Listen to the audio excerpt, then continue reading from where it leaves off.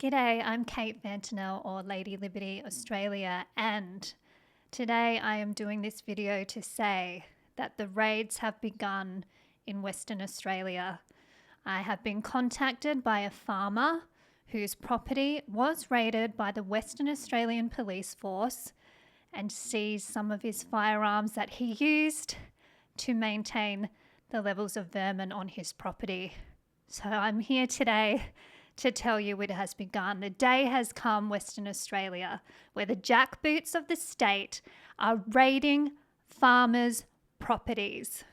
Yes, that is right. I am horrified. I'm disgusted. My heart broke when I received the email, which I'll show up here as proof. I've redacted his name out of respect for the family and the young children affected. He has given me permission to share this story, along with permission from the two other licensed firearm owners that have been affected by this insult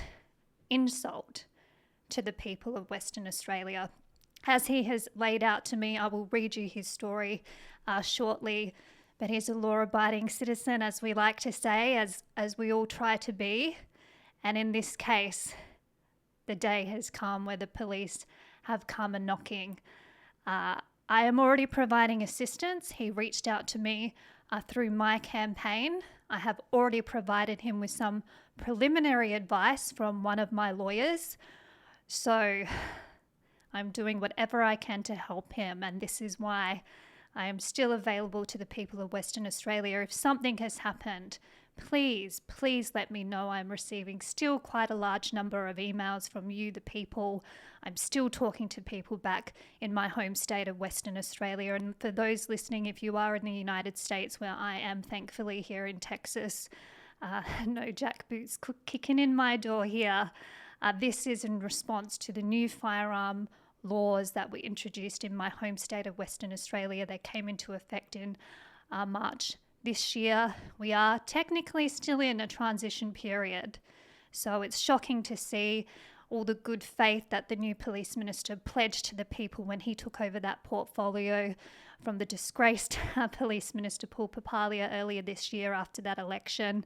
He promised he would talk to us, talk to the people again, renegotiate some of the things that we weren't happy with. We are seeing those conversations going on in the Parliament right now. I have been watching the hearings in Parliament House. I have a whole show to present to you to show what your representatives, your approved representatives, are saying in the Parliament. I was not invited, despite insisting that I be given a seat to represent all of the people who have contacted me and supported my campaign, and all of the people who voted for me when I ran for the Senate in WA in 2022. Nearly 30,000 people voted for me. I have amassed quite a following, over 30,000 now across all my platforms, and I was not invited to present because I am not an approved representative organisation. In other words, I am not part of the oligarchy, the small boys club that rules WA. That's fine. That's fine. If that's how you want to play it, I will continue to work and stand up for the people, which I am doing here, and bringing you the story of the raids that have begun in our beautiful state of WA. So let me read the story from this poor gentleman. My heart breaks for him, and you will see why.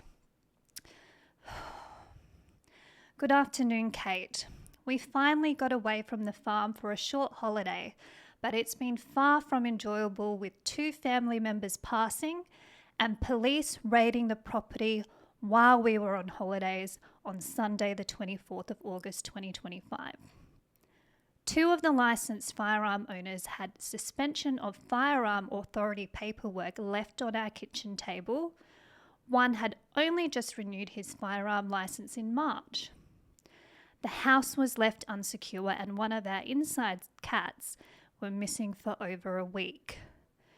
They, the Western Australian Police Force, the jackboots of the state, forced entry into a secure shipping container using our tools on our farm, and then proceeded to force entry into 5 firearm safes, 4 which contained the firearms that were still attached to the wall when we returned to the farm. I must say it took them some time to get into them all. 4 pages of interim property physical material log paperwork, which has numerous items listed such as scopes on the firearms. They left spent cartridges and firearm reloading equipment behind, which is useless now anyway, due to it being left out in the rain on the day of the raid. But one would think due to public safety, such items would not remain in the hands of a suspended person. The container was securely relocked, but we had no idea if it was one of the police or where it came from, so we had to angle grind it off to be able to regain access. Upon re-entry, items were just thrown in that were also stored. Some were fragile, heirloom and collectibles. We removed everything out to proceed to remove damaged safes from the wall, to also find live rounds, pellets, primers and projectiles, which we attended the local police station to hand in to do the right thing as law-abiding. We asked where the warrant was, to be told they don't need one. Yes, we hadn't handed in firearms that are now prohibited and had over the limits of firearms, but we believe that doesn't make us unlaw-abiding. We were clearly fit and proper under the old Act to be approved, but the swipe of a pen now makes us criminals while being hard-working farmers to feed nations. We now have been left with no way of controlling large numbers of vermin or to be able to destroy livestock humanely. Our children and ourselves have been violated and don't feel safe in our own home. Our daughter refuses to sleep in the house because of this. She talked about being a police officer, but this has changed, and I doubt she will ever seek assistance from them in the future. So this was sent to me on Tuesday, the 2nd of September at 4:25 God's Country time, that's Western Australia. I replied on the Thursday, September 4 at 1:07 a.m. Perth time because of the time difference.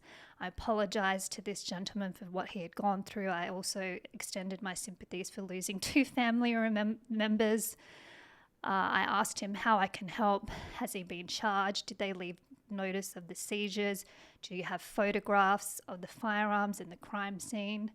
And may I have permission to share your story? I will not name you. Then I forward this story on to a lawyer to alert him of the situation. I did receive a reply on the 19th of September, so a bit of time passed from the gentleman affected. He said he had been busy on the farm with shearing happening and that his son had been arrested, but no warrant has been issued for him as yet. So I have been going back and forth with this person. He also said, interestingly, that we have some video surveillance screenshot from cameras while it was happening.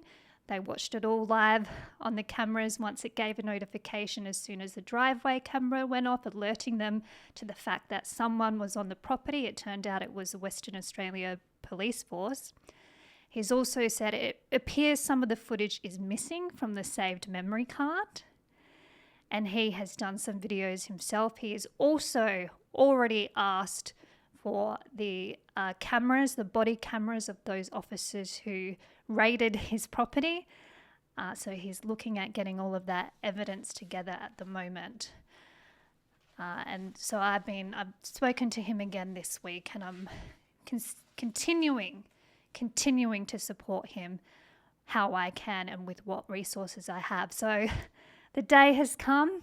Western Australia, a farmer, property raided, children scared to sleep in their bed at night. This is not a peaceful society.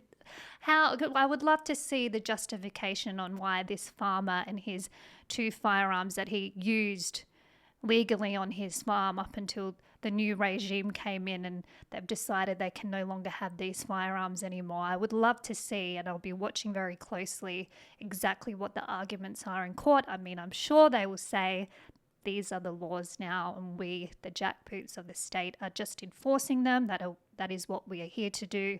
It's funny how they had such a heavy hand in writing them as well. Western Australia has turned into a police state. This is why I ran for the Senate back in 2022 on my gun rights and liberty campaign, because I could see how much power and control the state was amassing with the firearm laws, but other laws on the books as well in WA specifically, turning that beautiful state into a police state. And this is how a farmer has been treated, and this is what he has been subjected to. So this is a warning. The day has come. The raids have begun. The jackboots are knocking on your doors. So now I think it's time that we all had a look at what we're going to do next. We do have the hearings going on at the moment. Like I said at the start, I have been watching them all very closely. I have a show put together that I will bring to you when I get the chance. I have had some other personal things going on in my life, so I've been a bit quiet on the Western front recently, but I have been very busy doing what I can for the people. So please, if you are in a situation or something's happened to you or you've heard something, information is so powerful. Please feel free to email me. This gentleman contacted me through Lady Liberty at walegal.com.au. ladyliberty.wa@gmail.com. Sorry, I'll say that again, ladyliberty.wa@gmail.com. I've got a few email inboxes floating around. Please do not contact me on social media. I cannot get into Facebook. So if you're trying to contact me on there, I can't get into it. So the best thing you can do is email me. As I said, I am in communication with this poor gentleman and his family. I will bring you updates when I can, but please keep safe, look after each other. This is a long fight. We are still in the early days, but the raids have begun.